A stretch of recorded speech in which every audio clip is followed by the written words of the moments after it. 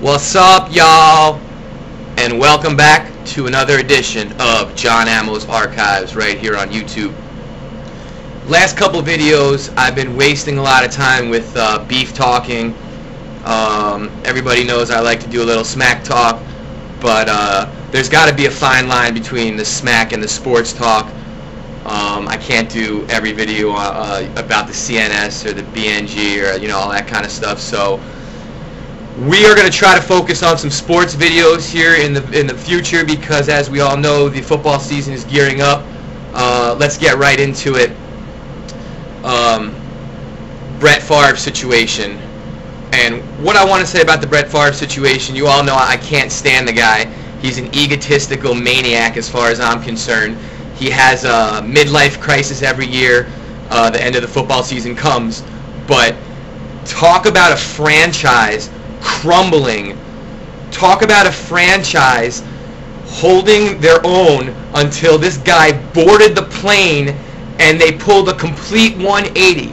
So if you want to ask the question, who has more power, Brett Favre or the Green Bay Packers, the answer is easily Brett Favre. And I would like to apologize to Brett Favre.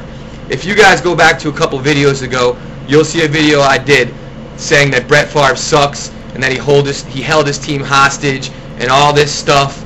But you know what? At the end of the day, it worked. Everything this guy did worked to a T. He played the Green Bay Packers like a fiddle. If I were the Green Bay Packer organization, I would be completely embarrassed on my, you want to talk about Brett Favre or Obama flip-flopping? The Green Bay Packers, you guys flip-flopped more than Obama could on Iraq, for God's sakes. I mean, Aaron Rodgers is the starting quarterback. Aaron Rodgers is the starting quarterback. Aaron Rodgers is the starting quarterback.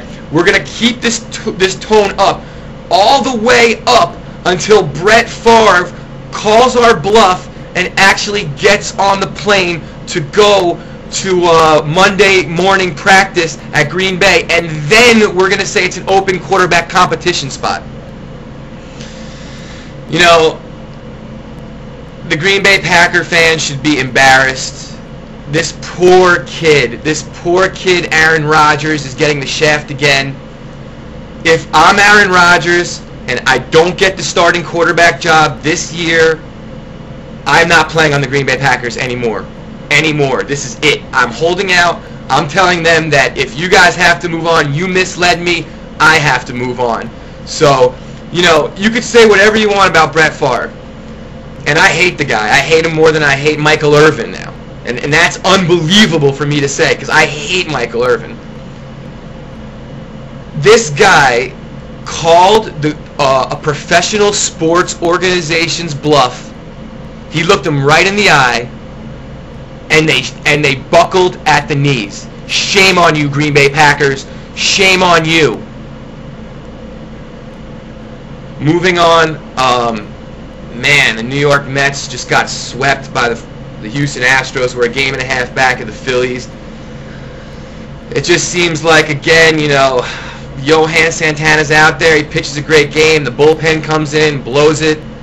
We had a 4-0 lead the other day. They come back and win. We had a 4-4 tie in game one. Dude hits a grand slam. So, it's going to be a close division in the NL East, but I still think at the end of the day, as long as Pedro and John Maine, he pitches 4 or 5 stellar innings, and then by the 6th or the 7th he gets rocked. So, we got to take him out a little bit earlier. And the New York Mets should be looking pretty good this year, but I'll be honest with you, the Phillies are looking good too. It's going to come right down to the wire. Excited about the Philadelphia Eagles. Donovan McNabb is looking pretty good. He's moving around back there. For what I've seen so far, he's mobile. He's back. We should have a very, very competitive NFC East this year. I'm looking forward to a nice close division. So it'll be interesting to see what this week of training camp holds. Clemens, the new guy, the new defensive end we just signed, apparently had some kind of dehydration. I guess he's back. The Brian Westbrook situation is not really bothering me. The Eagles will give him his money. Even though these guys sign these contracts like 2 years ago and then they want to hold out. I mean, Brian Westbrook just signed a deal in 2005. It's like, honor your deal sometimes, people. Chad Johnson just signed a deal 2 years ago. Honor your deal, people.